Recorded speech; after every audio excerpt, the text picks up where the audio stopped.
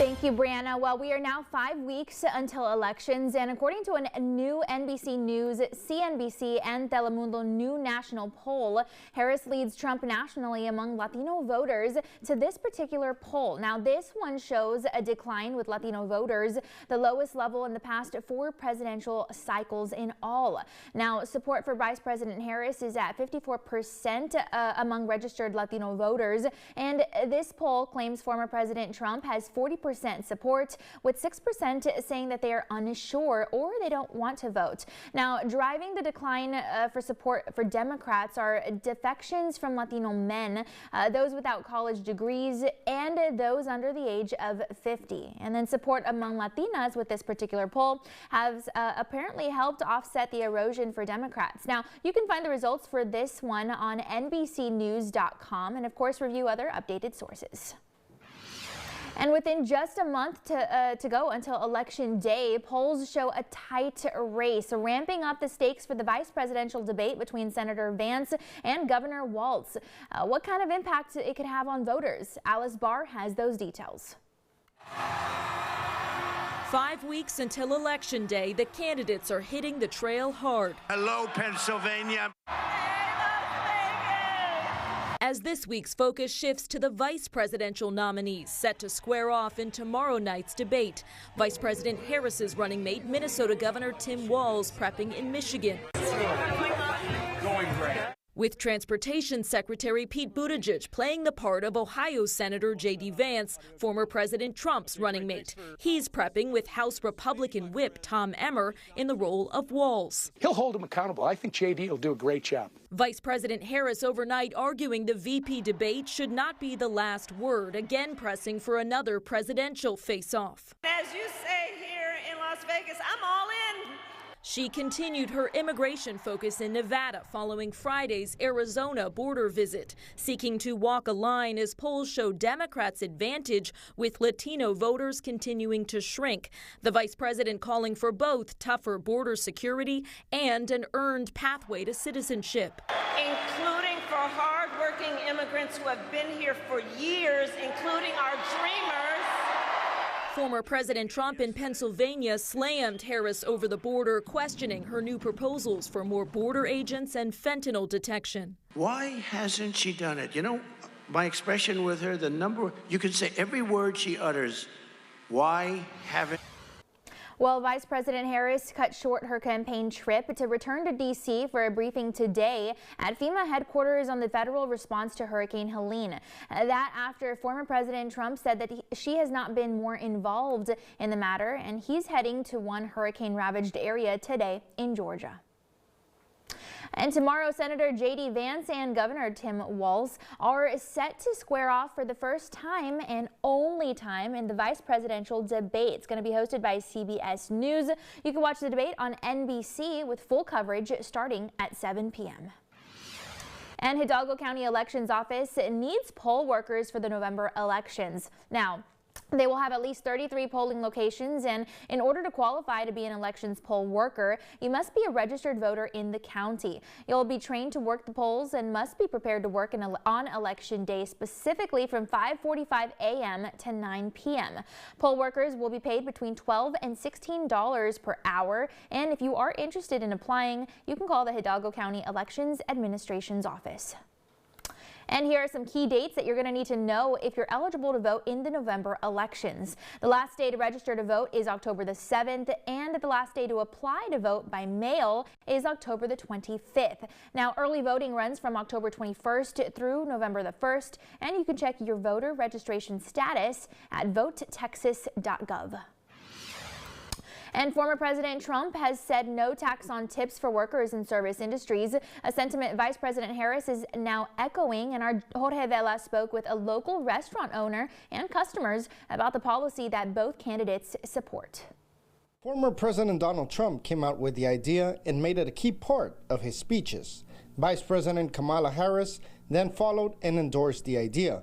One local restaurant owner does believe it is a good idea. I think it's a great idea because normally tips help them as extra money for gas or other expenses they have.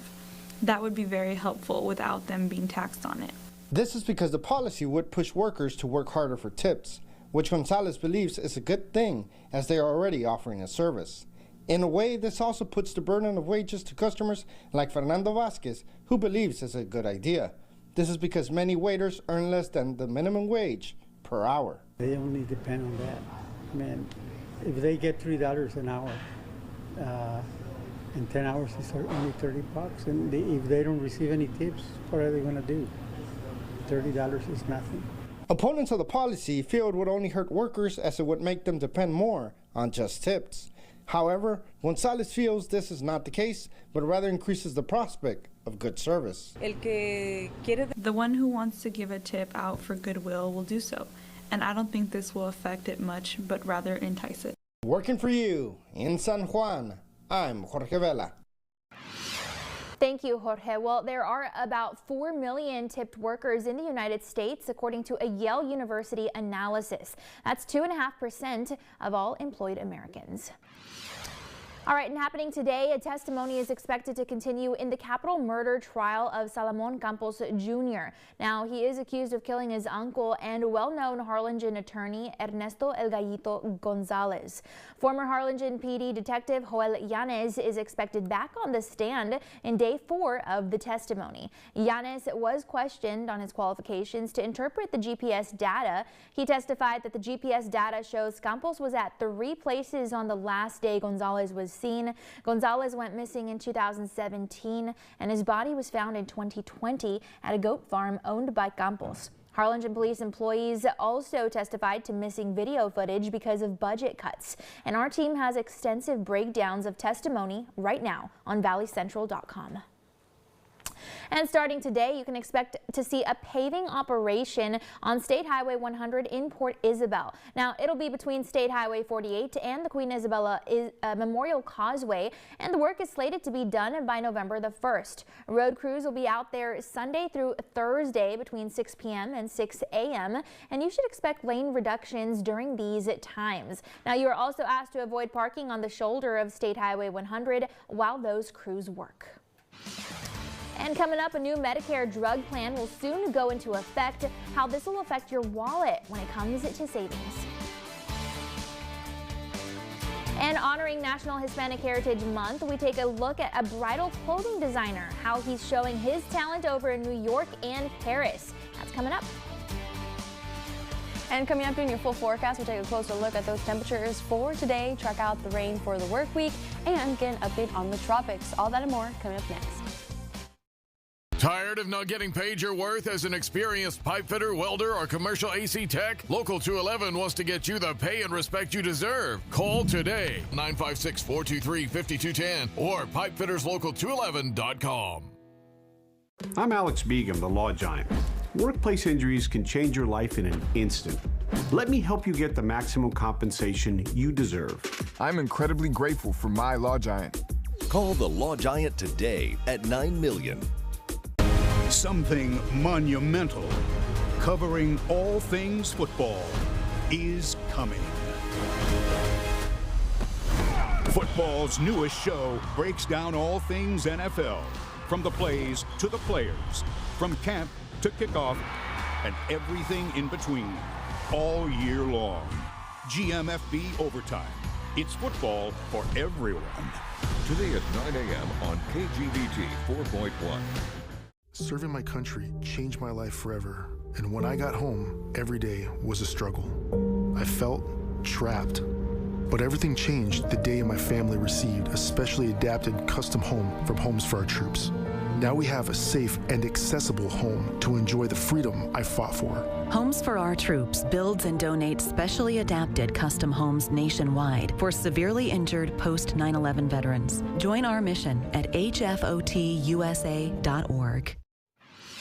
Well, if you think you are a mosquito magnet, then you might not be imagining it. A new study apparently published by the Texas A&M AgriLife Extension says that mosquitoes have preferences and they rely on carbon dioxide to locate their targets. Body temperature and odor also play significant roles, and anything that alters these factors can make someone more or less attractive to the insects.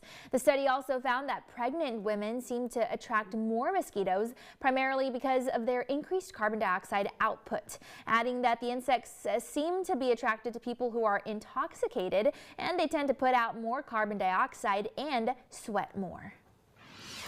And the American Academy of Pediatrics created its first clinical guidelines for opioid prescriptions. Now, it recommends pediatricians prescribe the painkiller when necessary and also prescribe the overdose reversing drug naloxone alongside it. Now, the guidelines also say that doctors should offer physical therapy and other non-pharmaceutical options to reduce pain. And starting next year, millions of Americans will pay less for their prescription drugs. The Medicare drug plan will go into effect on January the 1st in response to rising drug costs. The AARP calls the plan life-saving. On average, about 40% are going to see savings of $1,000 or more when they hit that cap. And prior, this new Medicare beneficiaries plan did not have any limit on how much they had to spend on those prescription drugs. So AARP took a look at exactly how many people are going to be saving from this new out-of-pocket cap and found that the number is going to grow from about 3 million in 2025 to more than 4 million in 2029. And they're going to see some significant savings over that time period. The new law aims at helping make sure people don't have to choose between paying for their rent, their food, or their prescription drugs. And the number of preterm births increased more than 10% over a 10-year period, jumping from 6.8% in 2011 to 7.5% in 2022. Now, a study from New York University finds that certain risk factors like diabetes, STIs, and mental health conditions are more common today, and they may be partially responsible. Data also shows that Black and Native American mothers are apparently more at risk. And estrogens inhibit a type of white blood cell that helps keep tumors in check. A study from Duke University Medical Center suggests that suppressing the hormone could be a therapeutic approach to fight cancer. Researchers say that estrogen also reduces the effectiveness of immunotherapies, and a study in mice found anti-estrogen drugs returned their potency. And happening today, Precinct 3 will host a First Responders Luncheon. Precinct 3 will host this event to honor our local men and women who work in police, fire, and EMS agencies. And it's going to be hosted by Commissioner Everardo Ever Villarreal. And it's going to be held at Ranch House Burgers in Mission. Now, it is scheduled to start from 11 a.m. to 2 in the afternoon. And if you'd like more information about this, you can call the Precinct 3 Administration Office. And Wreaths Across America needs your help in donating new wreaths. There are about 4,400 veteran headstones that the nonprofit needs to cover this year. The nonprofit works to receive donations to lay wreaths on veteran stones during the Christmas season and holidays. And so far, the organization has 117 wreaths. Now, if you'd like to donate or you'd like to volunteer in decorating those wreaths, you can call the Rio Grande Valley State Veterans Cemetery. And happening tomorrow, the San Benito Police Department will host a National Night Out. The event will take place at the Heaven Memorial Park from 6 p.m. to 8. There will be games, food, and music for you and your family to enjoy. And if you'd like more info on this event, you can call Officer Oscar Lara at the San Benito Police Department. Hey, good morning, Valley, and happy Monday. So this is what you can expect for today. Conditions are going to be pretty hot and muggy. High temperatures will mostly be in the mid to upper 90s, except for a few areas just along the coast will only be in the mid to upper 80s. Now this morning,